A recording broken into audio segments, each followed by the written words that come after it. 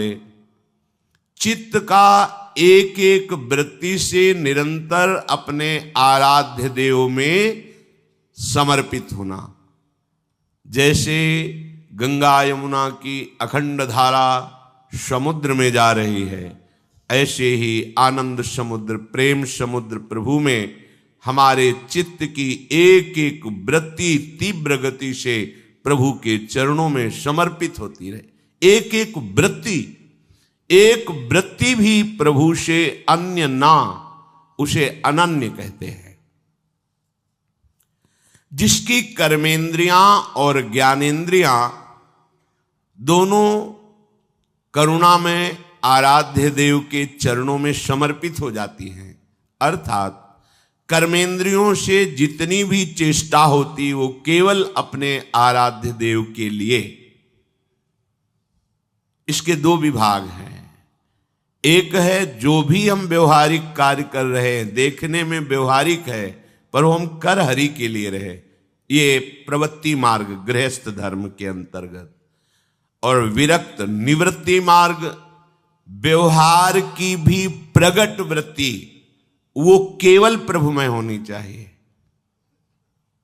किंचन मात्र प्रपंच का प्रवेश नहीं, जिसमें धामवास, नाम संकीर्तन, वाणी गायन, नाम जप, युगल सेवा, ये प्रगट में ऐसे भागवतिक कर्म, ये निवृत्ति मार्ग पर।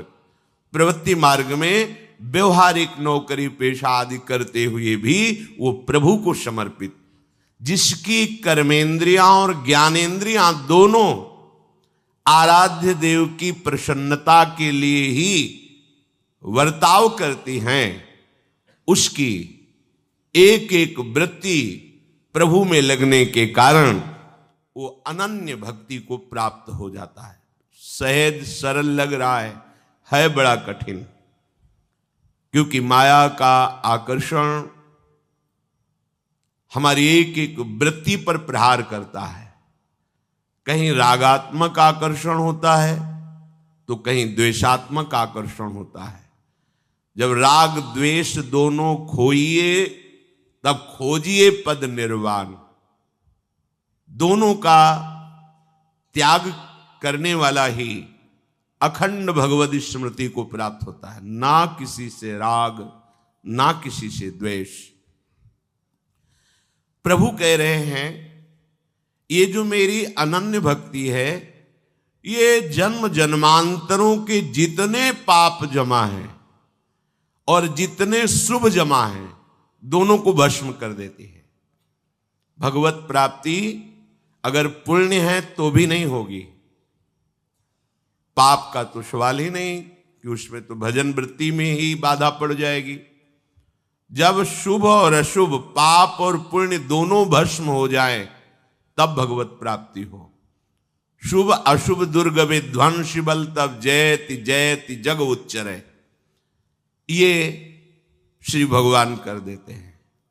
वही आचार्य रूप से है, वही गुरुदेव रूप से है, वही भगवत प्रेमी महात्माओं के रूप से है। ये कृपा वपु है हरि के।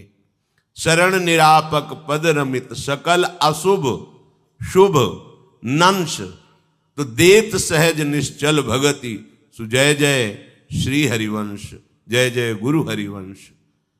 ये आचार्य चरण कृपा करके सब जन्म जन्मांतरों के शुभ अशुभ भंडार को भस्म कर देते हैं। तब इनके नष्ट होते ही देह भाव नष्ट हो जाता है, स्वरूप बोध हुआ।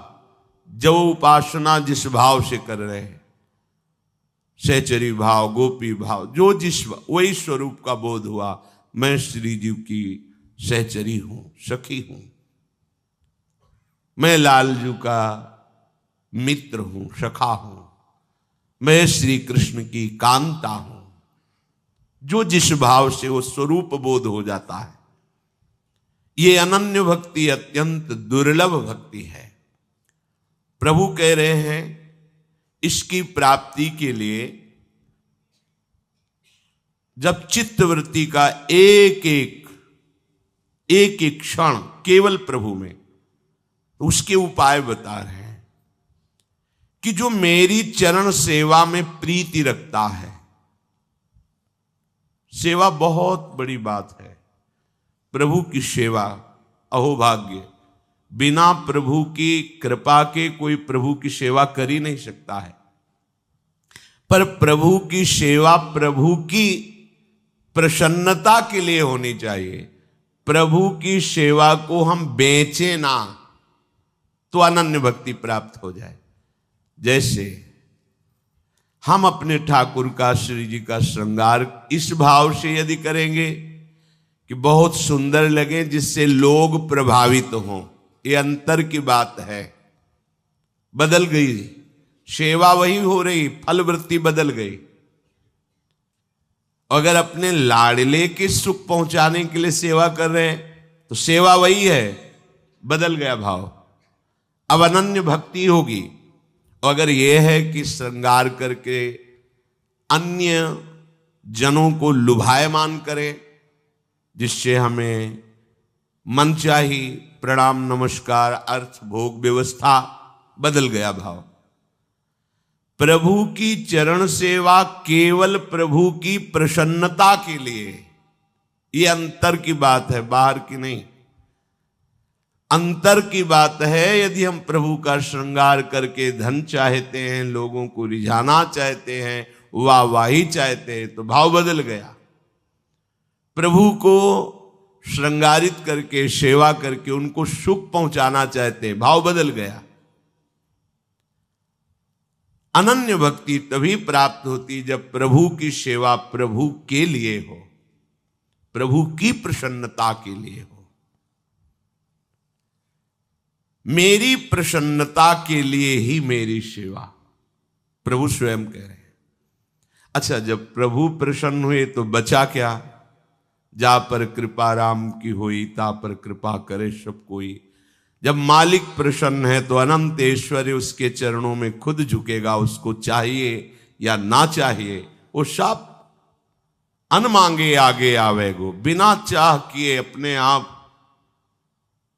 बस आपकी निष्ठा आपके आराध्य देव में होनी चाहिए, किसी व्यक्ति की प्रसन्नता में नहीं। ये व्यक्ति राजी हो जाए ऐसा तो बहुत बड़ा कलंक है भक्ति में। किसी व्यक्ति को राजी करना ये ठीक नहीं है। अपने भरतार को राजी करना है, आराध्य देव को राजी करना है, व्यक्ति को नहीं।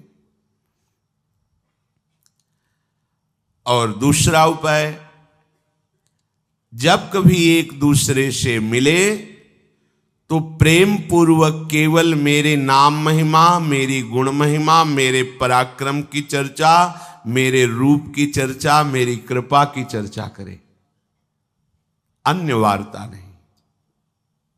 अनन्य भक्ति प्राप्त करने के लिए पहला साधन, निरंतर अपने आराध्य देव की सेवा भावना में रहना, केवल आराध्य देव को सुख पहुंचाने के लिए, उनकी प्रसन्नता के लिए। दूसरा, जब हम किसी से मिले तो अपने प्रियाजू की, अपने लालजू की महिमा का वर्णन, नाम महिमा, धाम महिमा, गुण महिमा, रूप महिमा, इसी की चर्चा होनी चाहिए।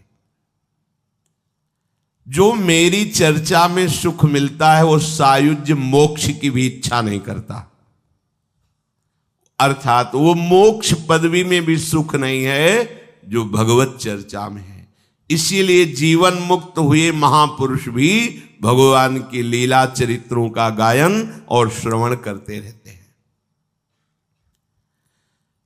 जो मेरी चर्चा करते रहते हैं तो मैं कृपा करके उनके नेत्रों में झलकने लगता हूं। पर यह नियम हो जाए कि हम वाणी से अपने प्रभु की सिवा और कोई चर्चा नहीं करेंगे। उन साधु जनों को जिनकी एक एक वृत्ति मेरे चरण चिंतन में लगी है, मैं अपना वो मनोहारी सौंदर्य माधुर्य युक्त रूप उनके नेत्रों में प्रकाशित कर देता हूं। नयन की पुतरी ही श्याम सुंदर बन जाते हैं, प्रियालाल बन जाते हैं। ज्यों ही मेरी उनको झांकी होती है, उनका हृदय द्रवित हो जाता है। बहने लगता है नेत्रों के आंसुओं के रूप में, रोमांच रूप में।